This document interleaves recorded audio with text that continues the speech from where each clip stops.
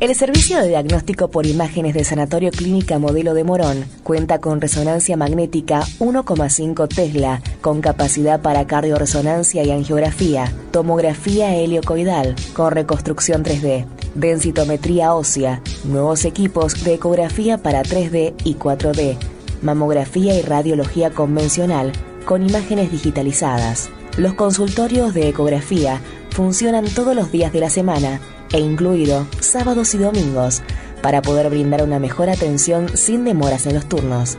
Visítenos en www.cmm.com.ar, también en Facebook e Instagram. Sanatorio Clínica Modelo de Morón, República Oriental del Uruguay 234, en pleno centro de Morón. La excelencia en la salud al alcance de todos. Muchísimas gracias, seguimos aquí en vivo en Radio Salud para todo Buenos Aires. Vamos con otro temazo de la salud. Estoy en comunicación con el doctor Juan Francisco Arellano, quien es médico cardiólogo y cardioangiólogo intervencionista. Está de los servicios de cardiología intervencionista del Sanatorio Clínica Modelo de Morón y Hospital Fernández de Buenos Aires, subdirector de la carrera de médico especialista en hemodinamia y cardioangiología intervencionista de la UBA. Qué palabras difíciles, pero me salieron perfectas. Doctor, buen día, ¿cómo le va?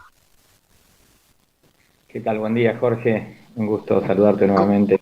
¿Cómo anda usted, doctor? Bueno, gracias, un placer escucharlo, como siempre, con estas cuestiones que muchas veces son complejas de entender, y vamos a tratar, como usted acostumbra, a hablar en términos sencillitos de un tema que me ha propuesto, que es el aneurisma en forma de pregunta, ¿no? ¿Qué es el aneurisma de aorta abdominal? A ver, cuénteme, doctor, un poquito, a ver, para que la gente entienda. Bien, perfecto, Jorge. Bueno, primero comencemos por definir qué es un aneurisma. ¿Sí? Perfecto. Es una dilatación anormal de una arteria. ¿Sí? Estas dilataciones anormales forman parte de diferentes patologías o enfermedades y pueden localizarse en arterias de todo el organismo. ¿Sí?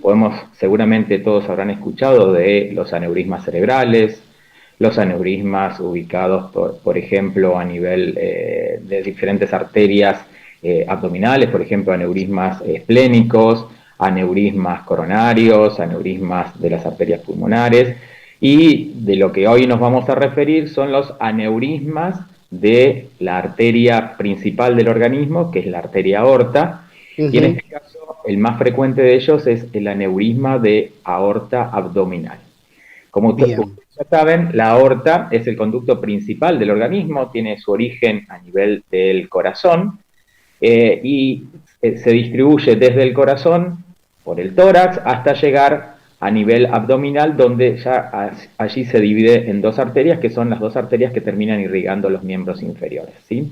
Todo el trayecto de la aorta está formado por una pared, y esa pared tiene mucha resistencia, porque imagínense que al ser el conducto principal del organismo, tiene que soportar una presión arterial constante. Muchas veces, ante determinadas circunstancias, la presión aumenta y esa pared tiene que ser lo suficientemente resistente para contener esa presión arterial. ¿Sí? Hay algunas enfermedades que afectan la pared de esta aorta, y al afectar la pared de esta aorta, la tornan más débil. ¿Sí? Y con el tiempo esta debilidad hace de que este conducto se vaya dilatando. ¿Sí? Habitualmente nosotros, por ejemplo, a nivel de la aorta abdominal, que es la localización donde más frecuentemente se encuentran estas dilataciones, sobre todo por debajo de las arterias renales, esta dilatación comienza a generarse de a poquito y va progresando. Como para tengamos una idea, el diámetro normal de una aorta, más o menos, es de 2 centímetros a nivel de la aorta abdominal, y uno considera que esta dilatación ya puede llegar a ser patológica cuando se dilata cercana a los 4 centímetros de diámetro o más. ¿Sí? Claro, claro.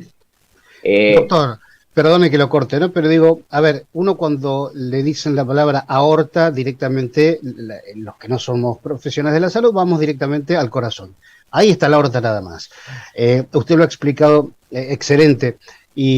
O se vienen las carótidas, la irrigación cerebral, y digo, ¿por qué abdominal? Porque no es común escuchar esto. La parte que, imagino, pasa en ese sector justamente. Exactamente. En realidad, bueno, como dije, el trayecto de la aorta comienza en el ventrículo izquierdo, que es la parte encargada de generar digamos, la fuerza de contracción del corazón, y es a través de la válvula. ¿Se acuerda que la vez pasada habíamos hablado de la válvula aórtica? Es la que, Ujú. válvula aórtica, el corazón se comunica con este conducto que es la aorta, ¿sí? La aorta tiene un trayecto torácico. En su trayecto va dando diferentes ramas, o si quieren lo podemos homologar a un tren que tiene diferentes estaciones, y estas estaciones van irrigando diferentes órganos. Por ejemplo, el Claro. cerebro, el pulmón, los miembros superiores, hasta que llega al diafragma. El diafragma divide el tórax del abdomen. A partir de ahí, ya la arteria aorta, este conducto principal, se transforma en lo que llamamos aorta abdominal, y comienza también a dar las diferentes ramas o estaciones que comienzan a irrigar el vaso, el hígado, el intestino, los riñones, hasta llegar abajo, hasta una zona aproximadamente cercana al ombligo, obviamente intraabdominal. Allí se divide en dos ramas, que son las arterias ilíacas, y de allí en adelante las arterias femorales, que irrigan a los miembros inferiores. Pero en definitiva, a nivel abdominal es donde parecería que las enfermedades, en alguna, digamos, algún tipo de enfermedad, tienen mayor predisposición por este sector, ¿sí? Bueno, bueno. Entonces, ¿se puede dilatar la aorta ascendente o la aorta torácica? Sí, la respuesta es sí. Hay aneurismas de aorta ascendente, hay aneurismas de aorta torácico descendente, hay aneurismas de aorta abdominales. Entonces, los más frecuentes son los aneurismas de aorta abdominales, ¿sí? Pero también puede haber dilataciones y aneurismas de aorta ascendente o aorta torácica descendente. Son ¿Y hasta cuál? inclusive menos frecuentes, pero un poco más graves en algunas circunstancias. Ahora, doctor Arellano, ¿y las causas de que en este sector del cuerpo la aorta se dilate, se enferme, por decirlo vulgarmente? Muy buena pregunta. Como todos ustedes saben, una de las enfermedades más frecuentes, más prevalentes, es la aterosclerosis, ¿sí? Claro. La aorta abdominal es un sector de la aorta que habitualmente sufre los efectos de la aterosclerosis, y en determinada edad se puede afectar la pared de la aorta y comienza a debilitarse, y esto predispone a que se vaya dilatando, ¿sí?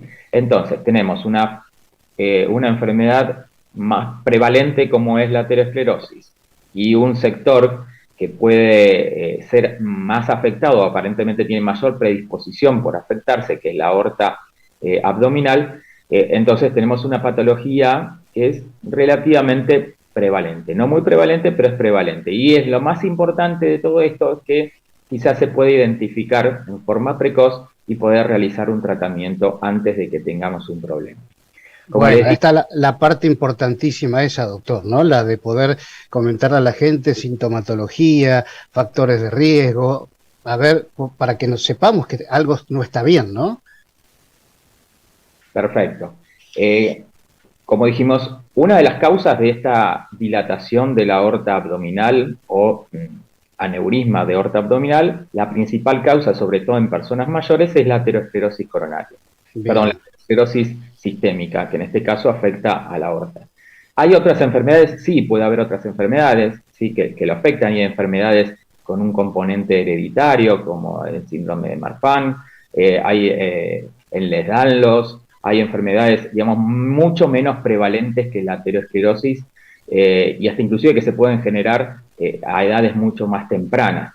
También en su momento, hoy por suerte no tenemos tanto, la sífilis también tenía afectación de la aorta. Hoy ya es algo prácticamente que no lo vemos, ¿no? Pero bueno, Ujú. supongamos que consideremos a la aterosclerosis como la enfermedad más frecuente que puede afectar la aorta abdominal. Esto comienza a generarse, esta dilatación comienza a generarse en forma lenta y progresiva, y es por eso que muchas veces no da síntomas, ¿sí? Ah, Y esto es lo más importante. Es lo más importante. Al no dar síntomas, es necesario tratar de, a través de algún estudio, identificarlo antes de que tengamos el problema. ¿Cuál puede ser el efecto más catastrófico de esta dilatación de aorta? Es que lo mismo que cuando inflamos un globo. El globo se comienza a dilatar, ¿sí? Hasta que llega un momento que la pared del globo no aguanta más y se rompe. Algo similar puede llegar a suceder con la aorta abdominal. Entonces, la idea es que detectemos el globo en un, digamos, nivel de inflado menor, cosa de que esa pared no corra riesgo de romperse, ¿sí? Sí. Se rompe este caño principal, o este conducto principal, las consecuencias son catastróficas. Claro. Doctor Arellano, ¿cabe los mismos factores de riesgo que para la prevención cardiovascular o influyen, no sé, la obesidad, el sedentarismo, el tabaquismo, todas estas cuestiones también pueden empeorar esta situación? ¿Son factores coadyuvantes? Totalmente de acuerdo, Jorge, es así como lo estás expresando. Los factores de riesgo cardiovascular son elementos que afectan a la generación de aterosclerosis, por ende, afectan a esta alteración en la pared de la aorta, ¿sí?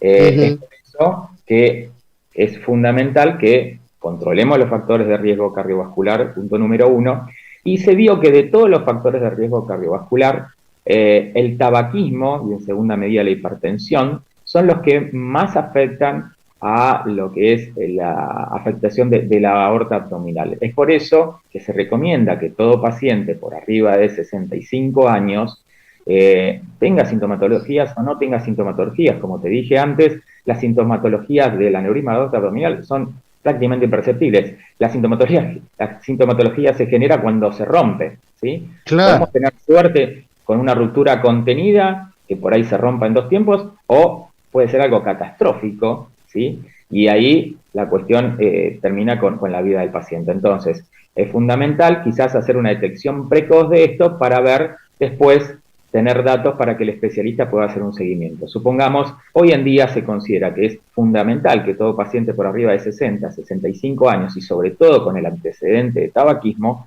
tenga un estudio muy simple y sencillo, que es una ecografía abdominal, donde el médico va a ir específicamente a medir el diámetro de la aorta, ¿sí? De la aorta infrarrenal. Entonces, con un estudio simple, que lo hacemos cualquiera de nosotros, y es algo relativamente sencillo, podemos determinar el diámetro de la aorta abdominal y de esa forma ver si existe esta patología, el aneurisma de aorta abdominal. En base a eso, después, si esto existe, el especialista va a ir determinando algunos parámetros para ver si es necesario el tratamiento. Bien. ¿Sí? Doctor, sí, por favor, dígame. No, el seguimiento básicamente es no invasivo, así a través de una Eso pensaba, claro. Una ecografía y, llegado el caso, una angiotomografía, ¿sí? Que se la pueden hacer en cualquier sanatorio, y de esa forma poder identificar específicamente cómo está la pared de la aorta y si va creciendo en el tiempo, hasta un punto determinado. Por arriba ya de los 4.5 centímetros de diámetro, ya requiere un tratamiento específico. Bueno, la verdad que es una información súper interesante y sobre todo para mí porque hace poquito me hice un Doppler de cuello a título de chequeo anual, simplemente no tengo nada y el médico clínico agregó este estudio, yo no sé si por la edad o por una cuestión de prevención, el Doppler así se dice, ¿no? ¿Doppler de cuello puede ser? Sí, Doppler de vaso de cuello.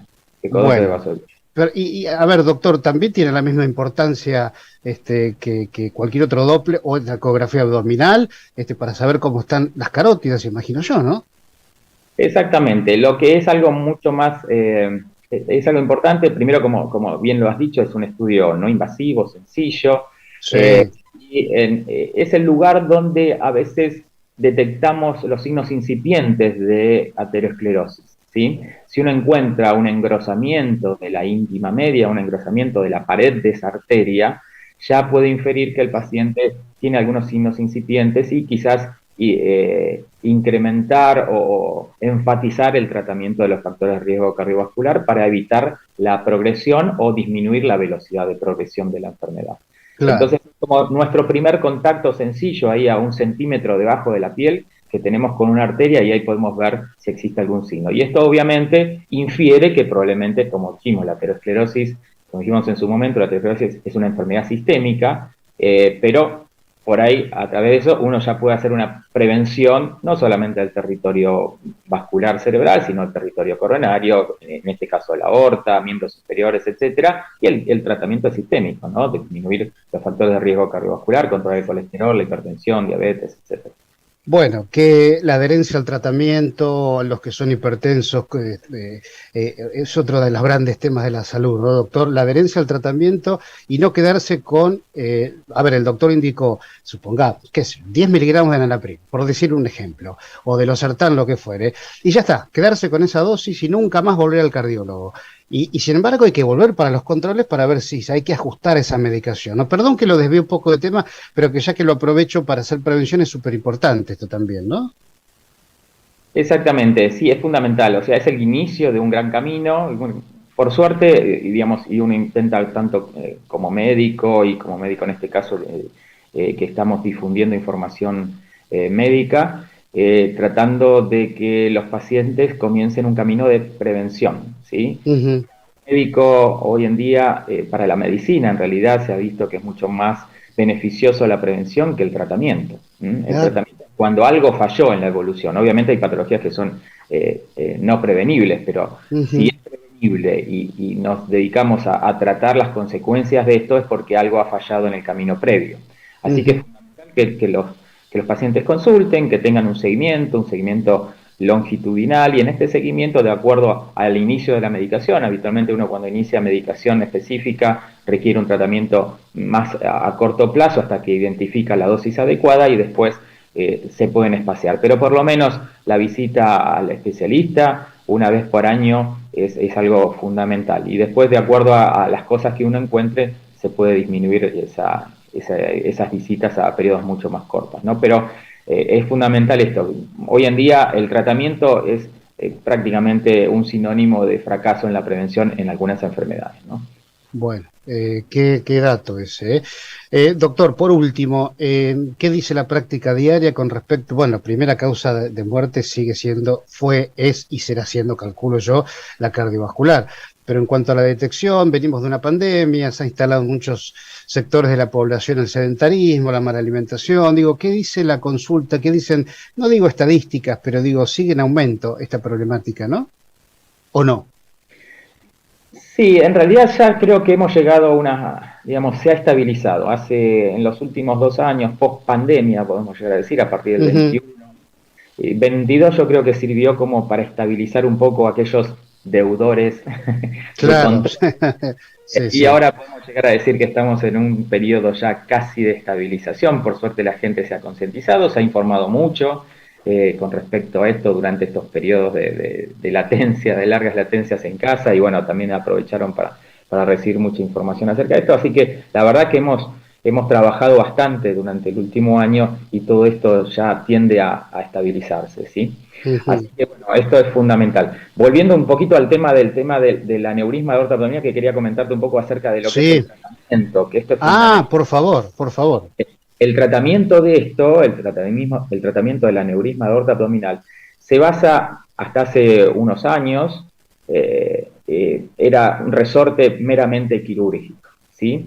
El cirujano, al detectar esto, tenía un diámetro de un aneurisma por arriba de 4,5, por arriba de 5 centímetros, ya la indicación era cirugía, era una cirugía a cielo abierto, donde se abría el abdomen, ya sea por el frente o por un lateral, y se resecaba ese aneurisma, ¿sí? Y se colocaba una prótesis, ¿sí? Una prótesis habitualmente de un material que es impermeable, y esa prótesis, muchas veces con forma de pantalón, lo que hacía era reemplazar la aorta y de esa forma contenía la sangre en su interior y evitaba que se siga dilatando y que se rompa, ¿sí?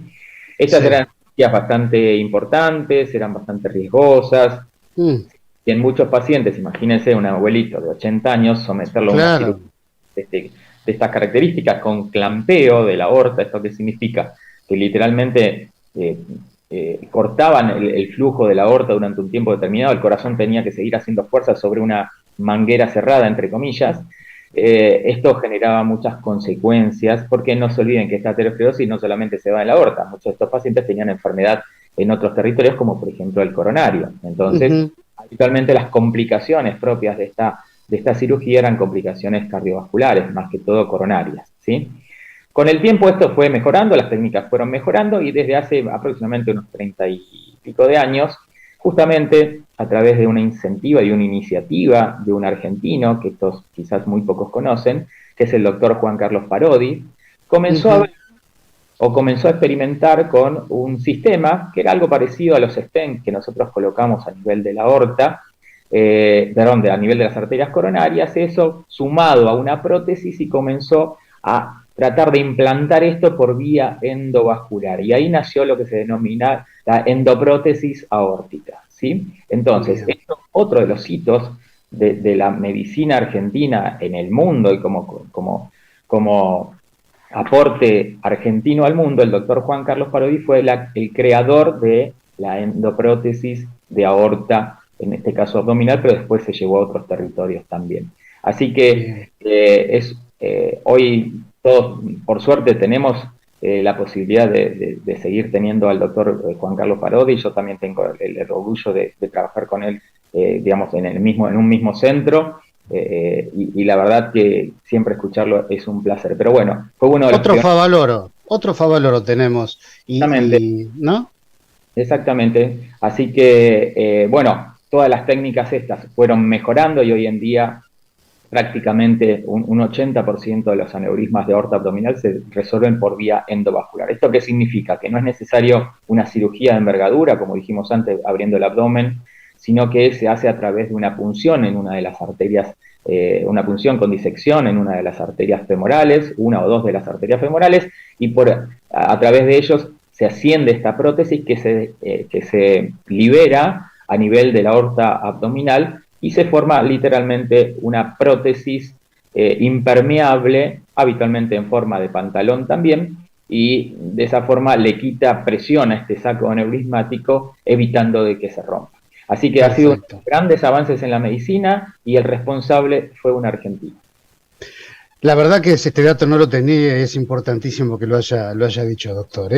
El doctor Juan Francisco Arellano, un placer enorme con todos estos datos científicos actualizados y de suma importancia para la población. Así que, doctor, gracias por la predisposición de siempre. El doctor, le digo, encantadísimo, siempre predispuesto, nuestro querido amigo el doctor Arellano, para hacer prevención en la salud. Así que, bueno, simplemente muchísimas gracias. No, gracias a ustedes y bueno, te felicito por seguir estimulando este tema salud y sobre todo lo que es prevención y bueno, saludos para toda la audiencia. Y a sus gracias, doctor. Gracias a usted, un fortísimo abrazo. Bueno, muy linda charla, interesantísima, con el doctor Juan Francisco Arellano. Nos vamos a una pequeña pausa, mensaje al 11 58 87 22 22, ya venimos.